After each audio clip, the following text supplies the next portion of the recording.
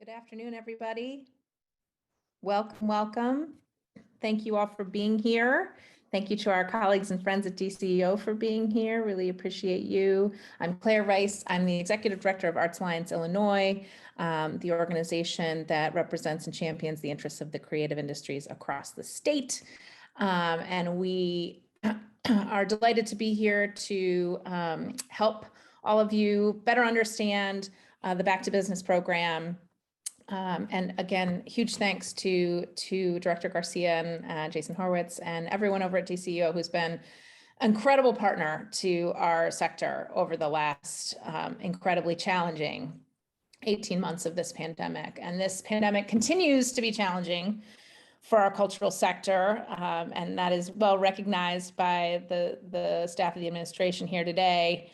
This success that we're seeing in terms of this grant opportunity for the field is fantastic, but rest assured that the Arts Alliance is still pushing for more. More is needed, more is necessary. The losses are incredibly massive and advocacy works, right? We've seen the success of programs like the Shutter Venues Operating Grants Program, the first Business Interruption Grants Program, now Back to Business with the second round of relief dollars that have come through in the federal space. So, but know that the fight is not over, and there is still a considerable amount of federal American Rescue Plan support available for Illinois to invest, and we want to be sure that additional dollars are dedicated to this sector. So we hope you will join us as advocates, as collective voices, in continuing to push our colleagues in Springfield and making your needs known. Just because we're reopening doesn't mean that we're not still hurting. And this Delta variant has everyone obviously on pins and needles around the security of plans for larger scale events for the fall in the coming year. So we thank the administration for their current investment, and we will continue to ask for more. And we will look forward to the continued partnership between our sector and the state. So with that, I'm going to do a couple of housekeeping announcements for folks who are less familiar with Zoom, although I bet y'all are pretty familiar these days, but we'd love for you to use the chat box to say hello. Select message to panelists if you just want to speak to us, or panelists and all attendees if you'd like your message to go to everyone. We'd love for you all to say hello to your colleagues. There are hundreds of you on here today, so happy to have you here and connect with one another through this format. There will be a Q&A at the end of the presentation, and you'll see when a question gets posted in the Q&A box, which is where we'd like you to put your questions, there's a little thumbs up or like button underneath it. And if you see a question that you really think is important, if you like it, it'll push that, and multiple people like it, it'll kind of push that question to the top of the Q&A box, which will help us to prioritize. We know you all have lots of questions. I think hopefully a bunch of the core questions, basic questions, will be answered by the presentation that our DCEO colleagues will give. So maybe give them a few minutes to get through that before you start peppering all the questions into the chat, or excuse me, into the Q&A box, but they're welcome anytime. And this is being recorded, so we will send all registrants the video. If you have to hop off, we can always follow up. And if we don't get to everybody's questions, of course, we have direct lines to these folks, and we can continue to ask questions. They have been incredibly responsive throughout this challenging time period. So I'm going to turn it over to Director Garcia and Jason and let them take it away. Thank you both for being here. Perfect. No, thank you, Claire, and thank you for hosting us. We're so excited to be here. This Back to Business program is really critical to the stuff that we do, but it's been really interesting. We've done a number of webinars and are doing a number of webinars, and leave it to the arts group to have like the best music and like kind of lead into the webinar itself. So just really appreciate the opportunity to celebrate the arts even in this webinar is really exciting to me. And I think As you mentioned, it's been a really tough year for everyone. I think it's been really rough, but I think one of the things I know for me personally is missing some of those quality of life things that make life great. And that's where the arts really come in. And so we're really excited to have this opportunity to kind of support the work of the Arts Alliance and all of the amazing groups I'm seeing come through here in the chat. I think that's one of the things that makes me love living and working in Illinois. And so I think as a part of our broader DCEO mission, quality of life is always a critical part of what we're trying to promote and advance in the state of Illinois. So really excited to be here today with this group in particular and talk about opportunities here. So as Claire mentioned, we have launched our Back to Business program, and the Back to Business program is a successor to the Business Interruption Grant program, which we ran last year. I think we were really excited that over the last year, we were able to provide over $1 billion in economic assistance. But no, as Claire mentioned, that our work is not done and there's still a lot of places in need, a lot of people and communities in need. And so really excited to kind of build on the Business Interruption Grant program with the Back to Business program. The big program provided $290 million to over 9,000 organizations. We're hoping with our $250 million Back to Business, we can have just as big of an impact, hopefully across the state. And Jason's going to go into a little bit more detail about the specifics of the program. But at a high level, one of the most important things to us was making sure that we were doing the outreach. That's why we're here on this webinar, but also have deployed our community partners through our Community Navigator program, our small business development centers, and our boots on the ground folks on our Team Red and Team OMI here at DCEO, and our first stop hotline. Pretty much everybody and everyone, which I think Jason will talk about as well, is at the ready to answer questions and make sure folks are aware of this opportunity. To us, it's really important that we're looking at industries that were disproportionately impacted by the pandemic and disproportionately impacted communities. And so those are some of the priority areas that we're really focused on. And the arts is a critical part of that, with a set aside for this program related to funding for the arts. So I'm gonna, without further ado, I'm gonna turn over to Jason because he's gonna get into all of the nuts and bolts of how this works, but just really appreciate the opportunity to speak with all of you today and look forward to hopefully making investments through this program, but also just our continued partnership to make sure that we're driving quality of life in the state of Illinois. So with that, I'll turn it back to Jason. Thank you, Director. And thank you to the Arts Alliance for the opportunity to share this info with you today. I'm just going to try to share my screen quickly.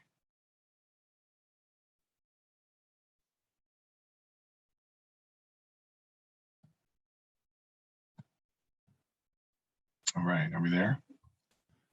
Great. Okay, so the Back to Business Grant Program. I'm going to talk a little bit about the program at a high level, and then dig into some details about the application itself, some of the details for how the review process will work and how grants will be determined. And then finally, I'm going to dig into the many different options for outreach and technical assistance that we've made available for Back to Business to make sure that you know exactly how to get access to the program. So the Back to Business program, as the director said, builds on the success of our Business Interruption Grant program. So that was a $290 million program. The Back to Business program is, like BIG, a small business grant relief program.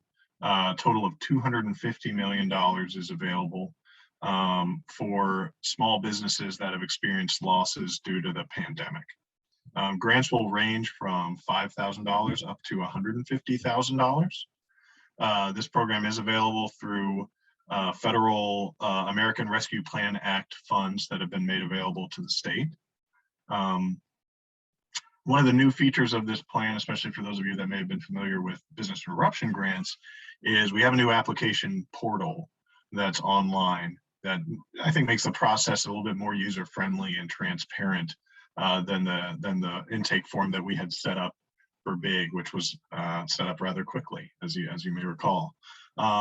We also have this expansive network of community navigators that the director mentioned, and I'll dig in much more detail there, but it's a really, I think, effective way to ensure that we have statewide coverage and folks with expertise and close relationships to the small business community in virtually every corner of the state that are there to both do outreach to raise awareness of the program, but also provide, one-on-one technical assistance and other services. So who's eligible for the program? Basically, any small business that experienced losses last year due to COVID is eligible to apply for the program. So if you are a for-profit or nonprofit organization that had $20 million or less in revenue in 2019, and you experienced a loss in revenue in 2020, then you are likely eligible to apply. There are a few sort of narrow industries that are not eligible. So pawn shops, for example, businesses that have over 1/3 of their revenue from gaming are not eligible. You can find that list at the eligibility guidelines on our website. But I suspect virtually everyone on this webinar is eligible. And I should mention, if you started in 2019, then the way that we'll determine your eligibility and also the size of your grant will be to basically annualize your 2019 revenue. So if you started halfway through 2019, we would take that 2019 revenue number and double it, make sure it's under $20 million when we double it, where if you're a startup company and your annualized revenue is over 20 million, I don't know, that's pretty impressive. So the grant size will range from $5,000 to $150,000. And we're going to calculate it as follows. Basically, we're going to take your 2019 revenue and subtract your 2020 revenue, divide that number by 6, and then round up to the nearest $5,000 increment. So another way to think of that is it's a sixth of your decline in revenue year over year to 2020, effectively 2 months worth of your annual revenue losses. The prioritization for how we will review applications will take into account 4 different criteria. So it's not first come, first served. We're going to put people into different prioritization groups based on this criteria, and then review the groups in order from highest priority to lowest. So the first priority criteria is businesses or organizations that have not received emergency relief thus far. So you haven't gotten a forgiven PPP loan, you didn't get big last year, there's a list of you haven't gotten SVOG or Restaurant Revitalization Fund grants. There's a list on the application. And if you haven't received any of those, then you'll be in this priority group. The second priority category is being located in a so-called disproportionately impacted area. These are zip codes that are low-income zip codes that experience relatively high rates of COVID. And you can find that map at the website for Back to Business grants. And you can just actually enter your address or your zip code, and it'll show you, if it's shaded blue, then you're in a DIA. And by the way, you don't need to know that when you apply. We'll figure it out on the back end when you enter your business address. The third priority group is having less than $5 million in annual revenue. So again, $20 million annual revenue is the cutoff for eligibility for the entire program. But if you have less than $5 million in annual revenue, then you'll be prioritized. And then finally, are you in a priority industry? So this is a set of industries that really experienced widespread industry-wide hardship due to COVID on a prolonged basis. And in many cases, as I'm sure applies to many people on this webinar, continue to experience hardship, or at least quite a bit of uncertainty due to the ongoing pandemic conditions. So as you can see, that includes arts organizations or businesses that did not receive SVOG. So again, you're eligible. Even if you did receive SVOG, you can apply. It's just you wouldn't be considered in this priority industry group if you're an arts organization or business that did not receive SVOG. And I've actually pulled up, let me see, this might be too small for you to see, but the eligibility guidelines, see if I can zoom in here. The eligibility guidelines are available at our website. And within those guidelines, there's a industry definition for priority industries section.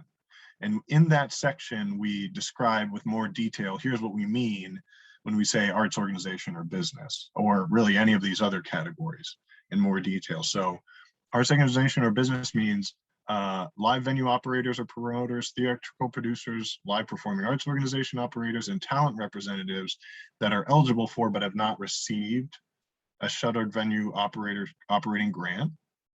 It also includes performing or presenting arts organizations. It includes arts education organizations, and it includes service providers and organizations for the arts.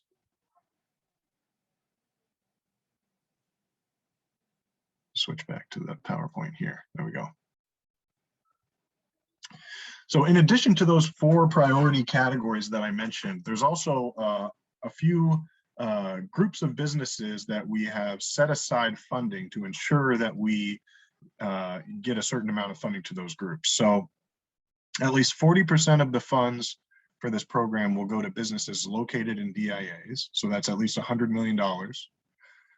At least 25 million will go to businesses that applied for BIG but did not receive a grant due to funds running out. So there may be people on this call that applied for BIG, but unfortunately we did not have enough money in BIG to go around to everyone that applied. So we're making sure that we get at least 25 million to folks that were in that position at the end of last year.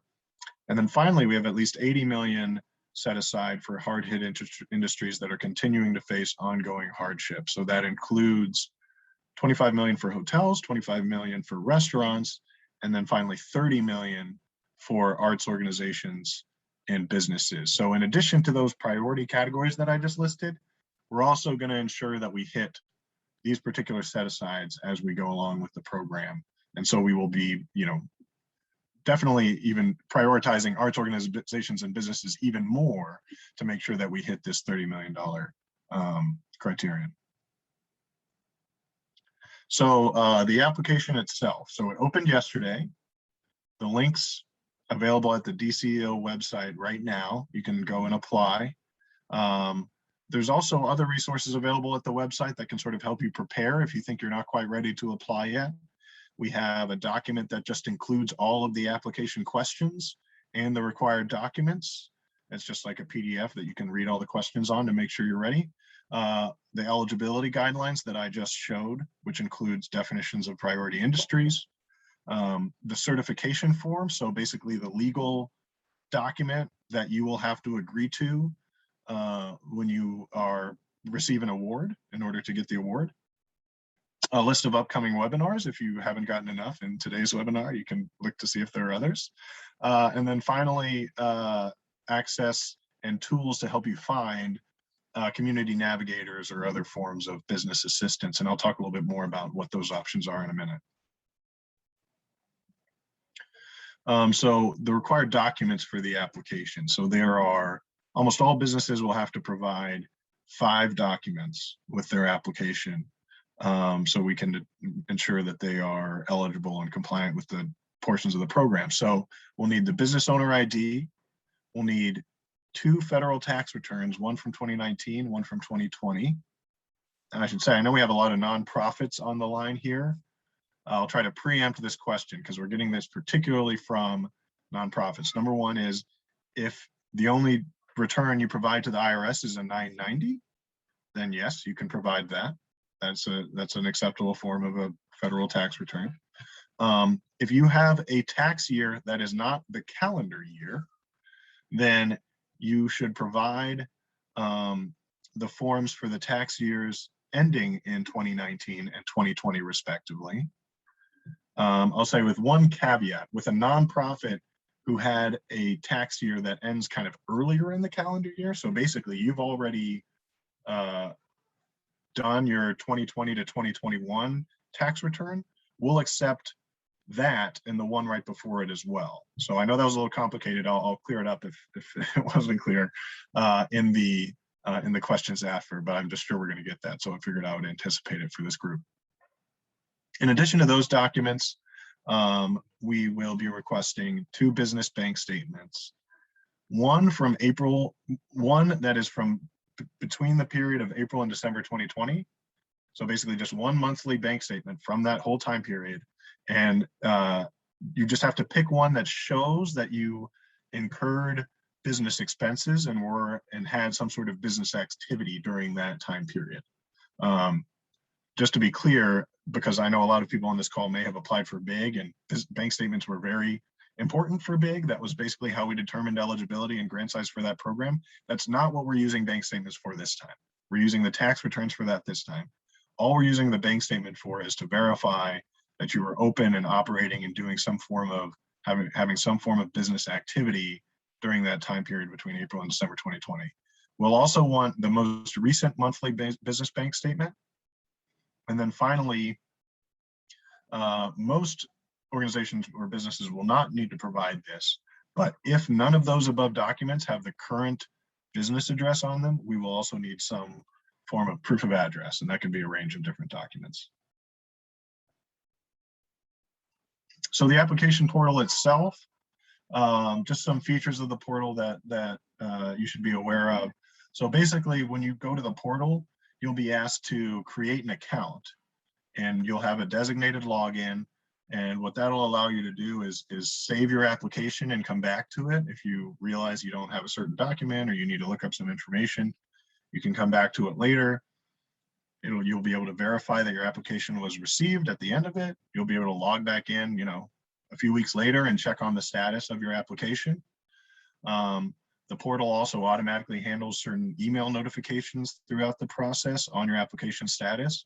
And then finally, community navigators and the DCEO frontline team, so the folks who call it DCEO, if you call our first stop business hotline, they're going to have access to limited applicant information through the portal. So if you have particular questions about your application, you can talk to your community navigator or customer service, and they'll be able to look up your application and provide you certain information based on that. So just some notifications you'll receive throughout the application process. You'll get one when you open your account. You'll get one if a week has passed since you opened your account and you didn't complete the application, reminding you that you have an account open, but you haven't completed your application. You'll get one when you complete your application. During the review, there's two different notifications you might receive. So one is we're going to be basing the preliminary prioritization of your application on information you provide in your application about which industry you're in, whether or not you received a grant, a previous grant before, whether you're located in a DIA, that sort of thing, that list of priority criteria that I said at the top. If upon review, we determine that, oh, you actually did receive a forgiven PPP loan, or, oh, you're not actually located in a DIA, you didn't give us the right address, then we'll reach out to you and say, hey, upon review, we changed your prioritization group, and you have the opportunity to appeal this.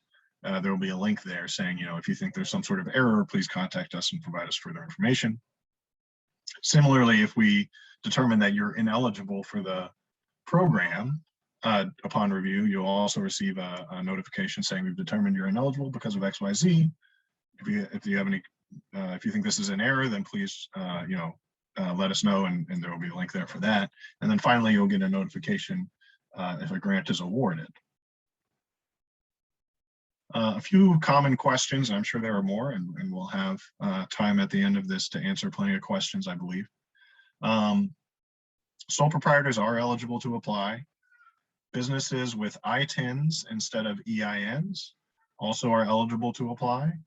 And finally, nonprofits, 501c3, 501c6, 501c19 are all eligible to apply as well. Eligible and ineligible use of grant funds. So we get this question a lot, particularly from people who are used to applying for grants, and they know, well, typically how this works is, you have a grant that's for a specific type of expenditure and you have to report on it and that sort of thing.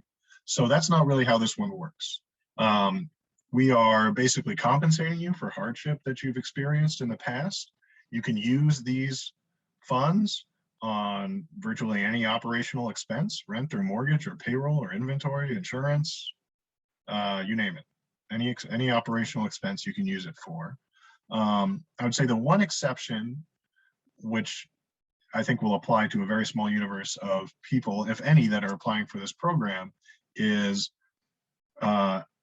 if you've already received a lot of different grants and federal support. So let's say you got SBOG and RRF and a forgiven PPP loan, and you also got BIG, and maybe you got a local grant, and all of those combined plus your back to business grant will exceed your the eligible expenses you've incurred since the pandemic began last year.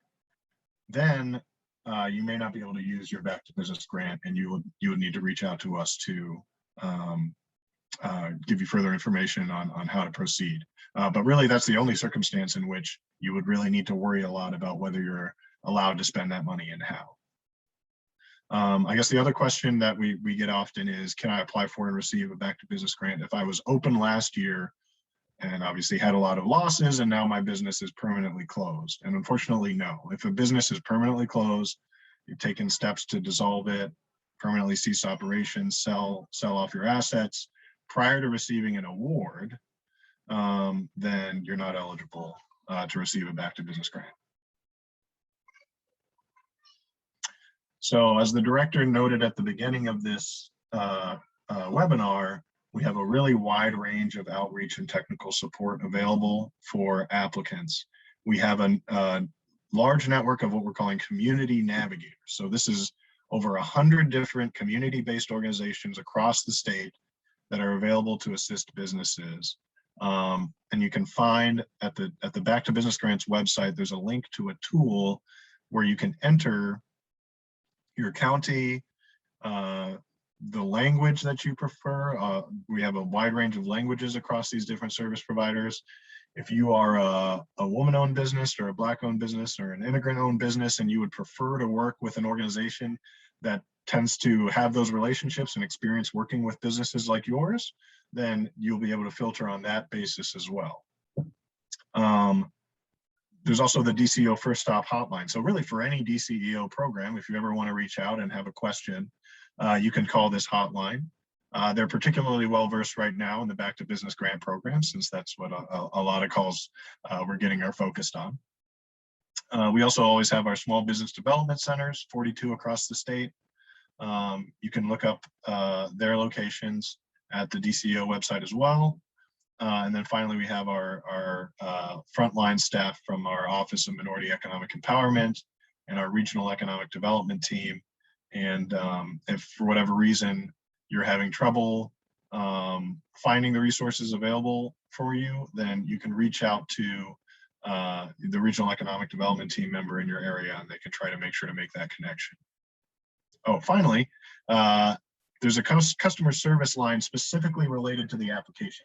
So if you're in the middle of the application and you come across a question, you're saying, I don't know how to answer this, or for whatever reason, there's a bug in the application, although we haven't seen much of that yet, and you need to ask A4CB or ask the people who run the application how to handle it, then there's a place right there on the application where you can ask a question or provide a comment on an online intake form, and they'll be able to respond to that inquiry, and they're turning it around pretty quickly.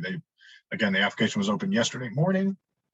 They've already received something like 600 questions, and they've responded to all of them, as well, or at least that was true as of this morning. I'm sure they've gotten more since then, but they do a quick turnaround on that. A little bit more on the community navigator. So you may be wondering, what exactly do these folks do? So they provide one-on-one technical assistance. So there are many that are literally saying, you can set up an appointment with us where we will sit down with you for an extended period of time, talk to you about your eligibility, talk to you about how to apply, help walk you through the application. If you have sort of a weird circumstance related to your business, then they can sort of help answer any questions about how to address that. We have services in 30 different languages across this whole network. And I should mention, actually, the application itself is available in 6 different languages. English, Spanish, Hindi, Mandarin Chinese, Arabic, and Polish. So it's available in all 6 of those languages. You can just select the language right when you get into the application at the top, and it will change all the questions to the appropriate language. But in addition to that, if you don't speak one of those 6 languages, then we have community navigators that can walk you through the application in your language. They also provide referrals. So if you have other needs, specialized needs as a business, even beyond the Back to Business grant, I mean, these are organizations across the state that are, chambers of commerce, regional economic development organizations, nonprofits that are really specializing in business support services. So it's just a great network to get access to, even beyond applying for the Back to Business grant program.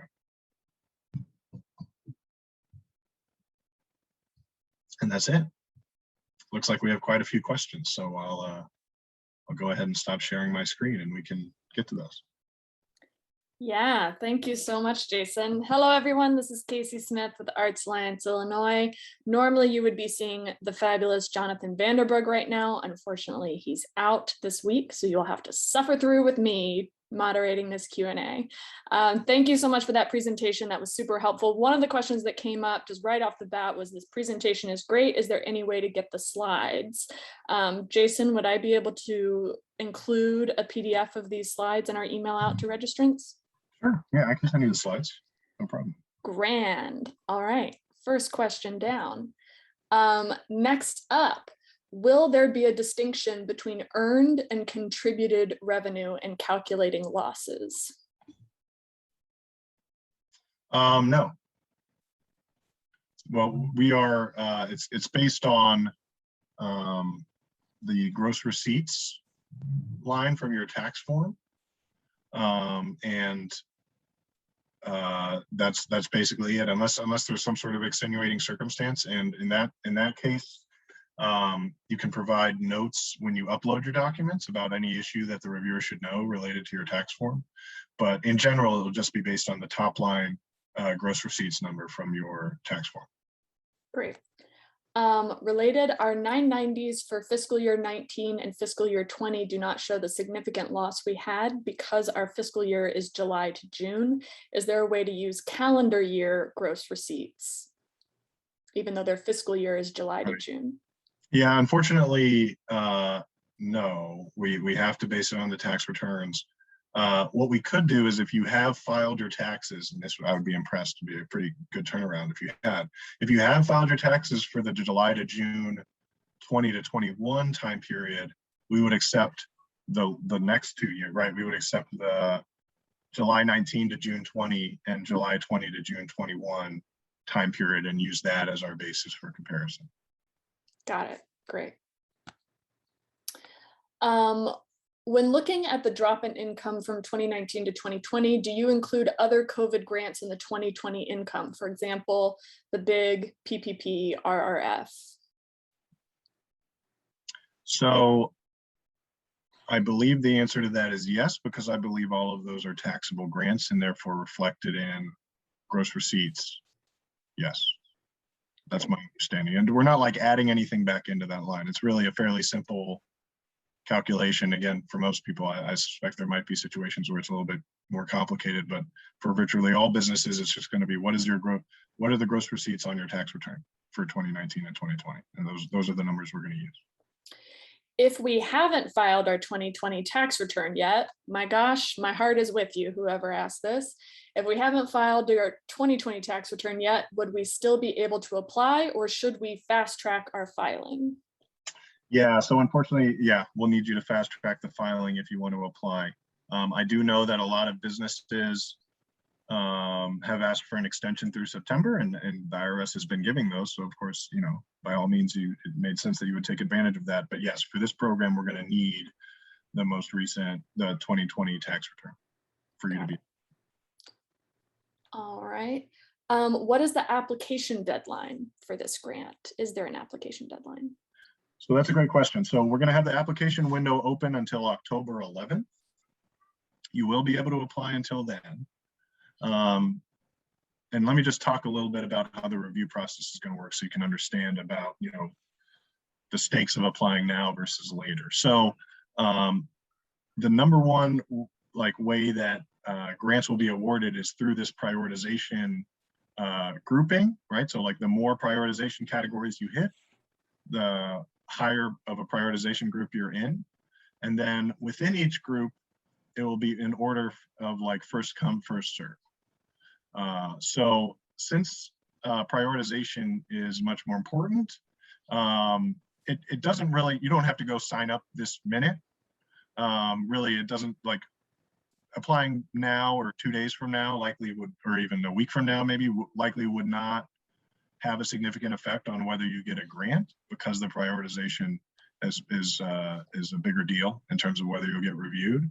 But I will say, you know, applying this week as opposed to 6 weeks from now really might have an impact. So what I would say is you don't need to, you know, get anxious and rush and put in an application. In fact, I would recommend make sure that the most important thing is that you have a complete and accurate application, so that, you know, inaccurate information doesn't result in some sort of delay where we have to go back and forth with you and lose a few weeks that way.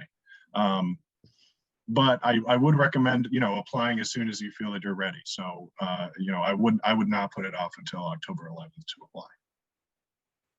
Great.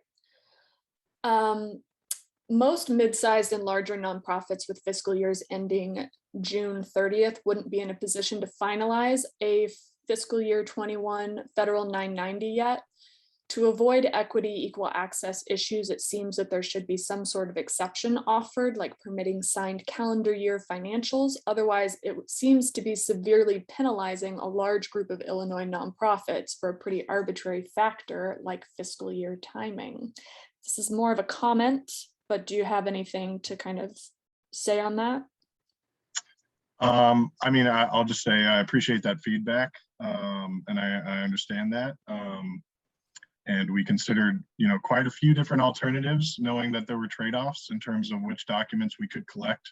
And this is, you know, this is unfortunately for some folks, I suppose, the documentation that we determined was the one that we were able to best be able to fairly administer the program. Absolutely.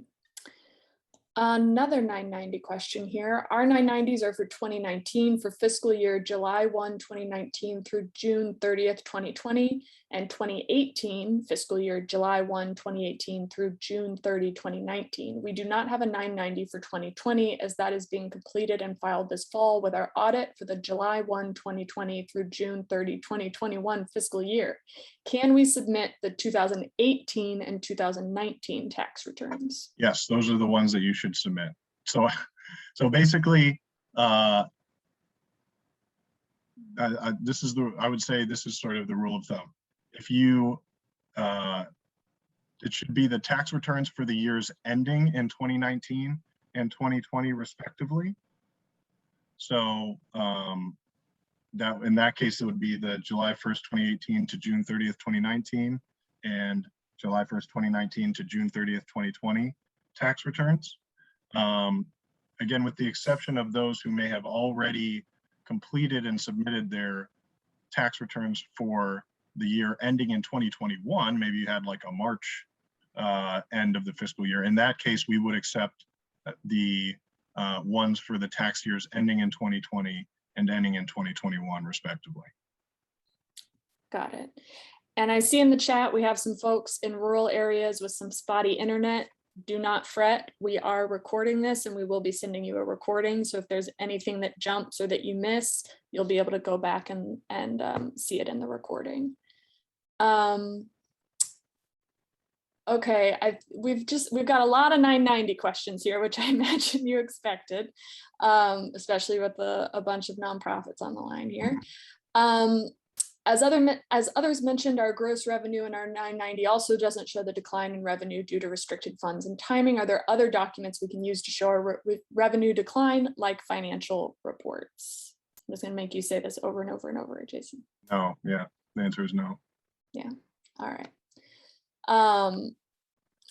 Great, I'm gonna jump over to a couple of our pre-submitted questions that came in and then come back to the Q&A here. There's a couple questions about eligibility. So we are a nonprofit with funds restricted for re-granting, which means a good chunk of our revenue is passed through us to benefit other organizations or individuals.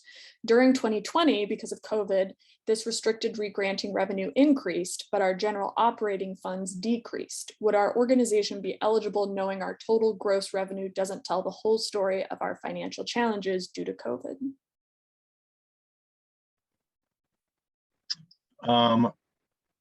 So I think for a lot of these individual situations,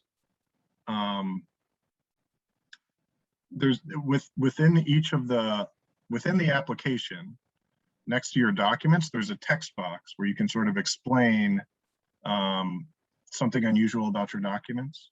So you could say in there, you know, this revenue number reflects A, B, and C. But I do think that in general, that you would not be, again, it's based on total revenue, right? So you would not be eligible for this program if your overall revenues increased. Got it. There's someone in the chat that's saying that that's the same as everyone who is asking about contributed income being included in the gross receipts, isn't it? This isn't unusual. It's happening to a large number of nonprofits. All right, another question here. As a nonprofit organization, we don't have a business owner whose ID should be provided with the application. That's a good question. So it's basically like the director or president, you know, chief executive level person should be put in as the business owner. So that would be the executive director or like the board president, or is that interchangeable for you? I think either of those would be acceptable for a nonprofit. Yeah. All right. Can you clarify that it is just 1 month's bank statement within the period of April to December 2020, or is it bank statements from each of those months? It's just one. It's just one. We just need one from that period that shows that during that time period, you had some form of business activity going on. And again, that's not going to be used in sizing the grant, or so you don't have to be like, which one is the biggest?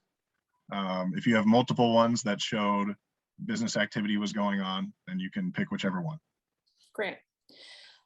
If we are a theater company producing shows but not a venue operator, are we eligible? Are we spectator support, tourism, indoor recreation? Doesn't seem to be a category that fits theater companies. So theater companies, I believe, would be eligible as an arts organization or business. That includes performing or presenting arts organizations. Okay.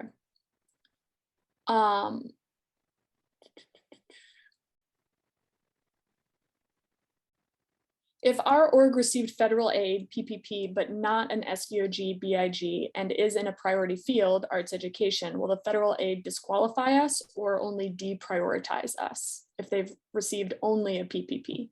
Yeah, so that's a great question. So for the purposes of being considered in the arts organization priority industry, the only thing that would count you out of that priority industry would be if you've received SVOG.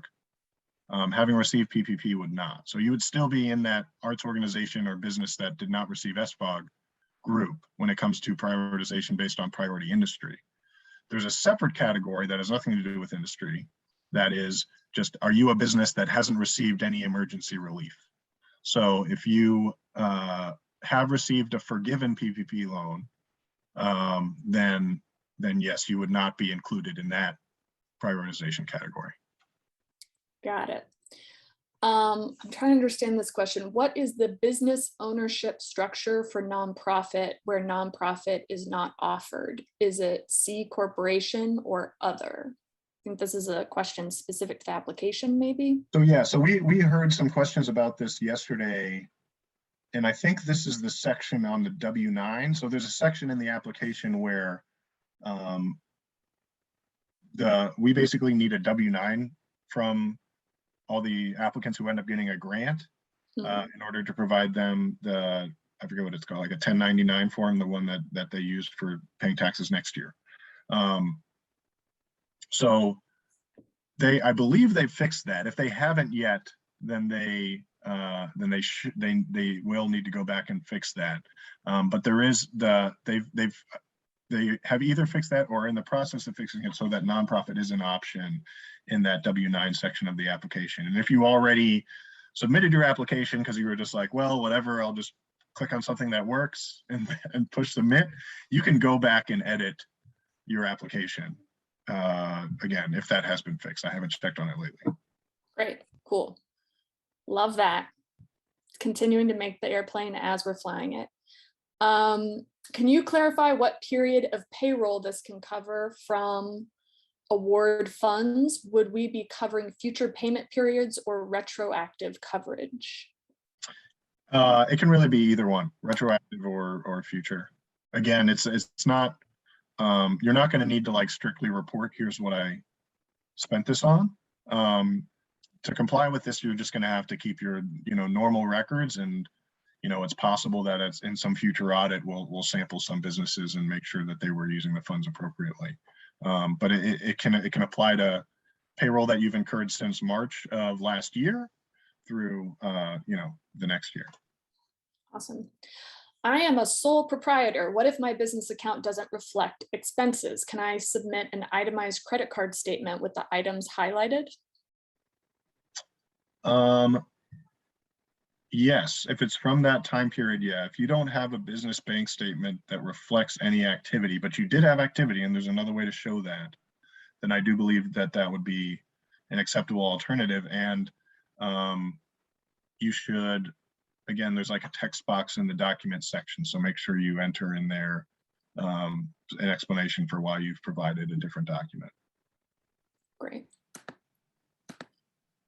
Would receiving American Rescue Plan funding through the NEA, as those decisions come in through the end of the year, affect the ability to use of the Back to Business grant, similar to SFOG, PPP, or other funds? No, I don't believe it would. Not that I'm aware of. I think, again, this one like remote possibility where you've received so much relief that it actually exceeds your expenses since March of last year. At that point, you might need to worry about whether or not you need to return the grant or not if you receive some large future grant. But barring that, there shouldn't be an issue there. I think very few of us will be in that situation. I think that's right. But one can hope. Will in-kind donations be counted in our gross receipts for 990s?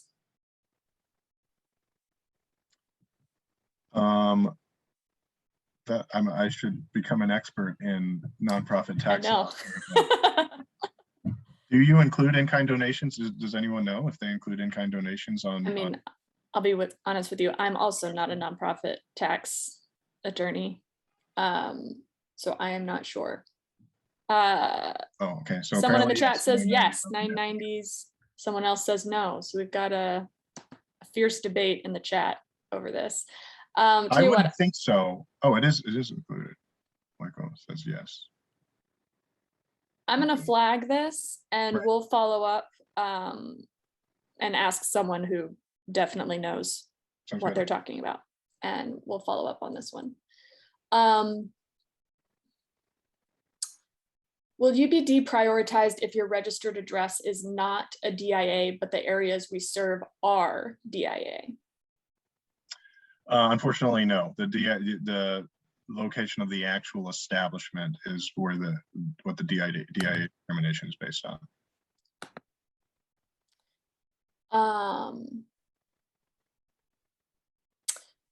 From Nancy, could you make sure to let Jason know that neither PPP nor RRF grants are taxable and will therefore not show up on the tax return, and then ask once again if they will have to be added back into 2020 income for this grant calculation?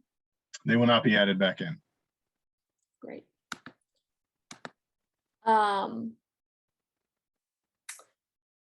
When calculating our losses, will you be including earned and contributed, or just earned?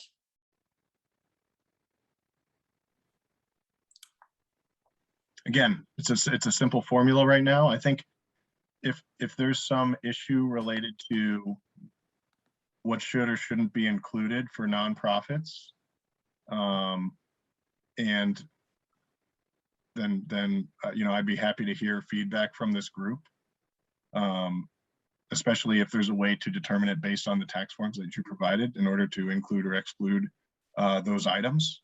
But right now, the formula is going to be just straightforward based on gross receipts from the 990 or from any other, whatever particular tax form you use. We lost our rented theater space because of the pandemic. How do we illustrate that hardship when grants have come in and our accounts look fairly healthy? We just don't currently have rent and utilities eating up our funding, but we are needing to find a new home.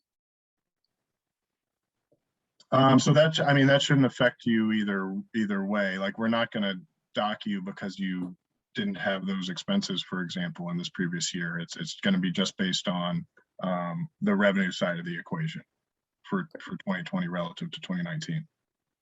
And now a follow-up on that, as a homeless theater, how do we categorize ourselves on this grant? I'm assuming that would still be the arts organization. Yeah, that would count as an arts organization.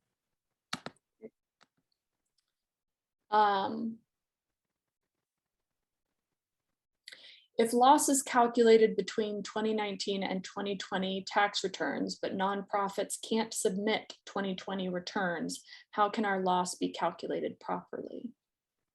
So again, it's the return for the year ending in 2019 and 2020. Unless, again, you have a fiscal year that ends early in the calendar year, in which case you can provide the returns that end in 2020 and 2021 respectively. Great. And another one from our pre-submitted questions. Would I qualify for a Back to Business grant as an independent producer of television programs for PBS? PBS does not pay for my programming. My revenue is completely dependent on selling program sponsorships, underwriting, which have basically dried up due to COVID. One of my 2 national sponsors went out of business during COVID and is not coming back. The outlook for next year is equally bleak. Would I be able to apply? So this is an independent producer. Yes, I mean, I assume, you know, that maybe this is a circumstance where you're operating as a sole proprietor, and sole proprietors are eligible. So absolutely.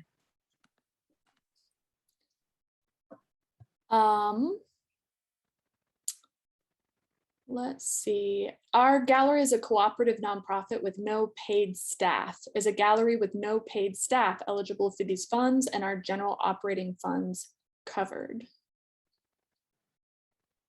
A gallery, let me think.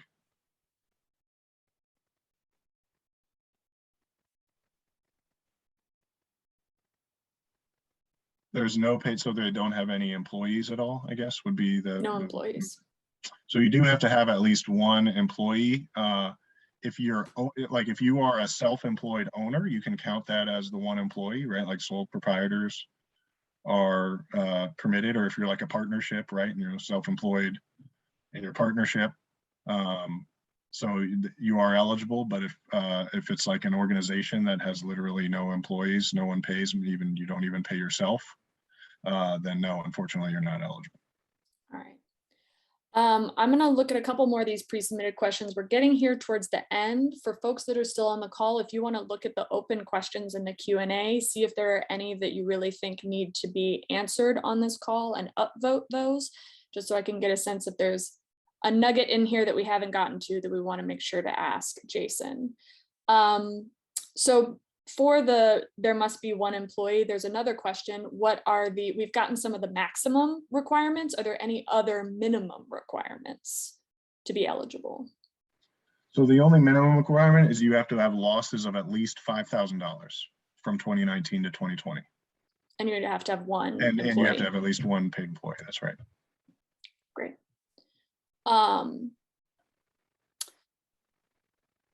I started my business in 2019, but did not generate revenue till 2020. I did not qualify for the business interruption grants. Would I qualify for this? Unfortunately, no. So this is for businesses that were operating prior to 2020 that have experienced losses since then.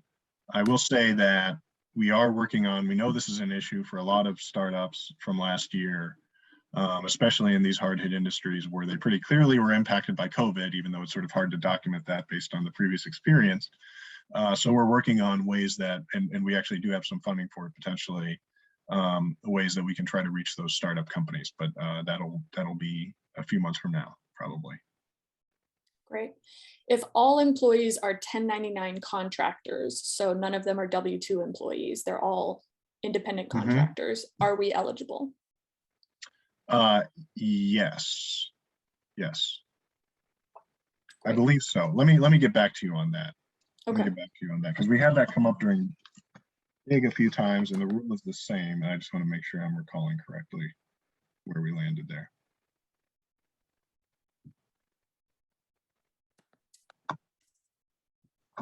Great. And I'm just going to say, Rin, because I know you're on here, could you just make a note to make sure that I follow up with Jason on that? Get an answer, because I know that'll probably affect several of our members. Sure. Most small tax exempt organizations that have an annual reporting requirement can satisfy the requirements by submitting Form 990N electronic notice e-postcard. Form 990N is submitted electronically. There are no paper forms. Can we use a 990 e-postcard? Yes. Yes, great. All right, we're at 4 p.m. We got through a lot of those questions. Thank you so much, Jason. We so appreciate every time you're able to come and help us understand these programs and how to access this money. Thank you so much to Director Garcia for being on the line as well. For those of you that have questions that we didn't get to, we are going to take down all these questions. We will forward them to DCEO, but there also, as they said, there's a lot of resources here. There's a lot of folks that you can be reaching out to for help with your application. We'll be sending you the recording of this webinar and the PDF of the slides with all of that information about the Community Navigators program and all of these wonderful things. So hopefully as much money as we can get for the arts and culture sector, we get for the arts and culture sector. So thank you again, Jason, so much for being with us. We really appreciate you. Yeah, absolutely. I appreciate all the questions. Absolutely. We want to make this program work for everyone. So I can see Claire saying this in the chat. If you guys have feedback about things we need to know, about your specific situations and how to make sure this program is meeting those needs, we're happy to take a look at that. And there's a question from Nancy: if there are corrections, if there are issues that they're having with the application, is that something that is that something that they should send through a helpline, or is that something they should send to us that we forward to you? What's the best kind of course of action for that? So I think if the issues are application specific issues, then there's actually a link right on the application where it says like questions, and if there's a link for customer intake. So I would say that's the best place to go, is through that link. But if there's sort of broader questions about, I don't know what to do with these documents, or I need someone to help me apply, that's when you would want to reach out to maybe a community navigator or one of the other business support services that we mentioned. Great. Well, thank you so much. We super appreciate your time. And just to follow up on what Claire said at the beginning, we are continuing our advocacy on multiple fronts because we recognize that not everybody is eligible for these funds. And obviously, as we continue with this crisis, we are still in the thick of it, right? Like, we are still in the thick of it. And we definitely know that here at Arts Alliance Illinois. We are putting together advocacy teams for our fall advocacy for the Illinois Creative Future Fund. So I'm going to have Ren drop that in the chat. There's a link. If you want to join one of those district-specific advocacy teams, we would love to have you, because we got to talk to all these legislators about what is happening for our field going into the fall and into next year. And with that, thank you all so much. You'll be getting an email from us soon. And thank you to DCEO one more time. Y'all are awesome. We appreciate you. And thanks for doing the work. Sure. Thank you.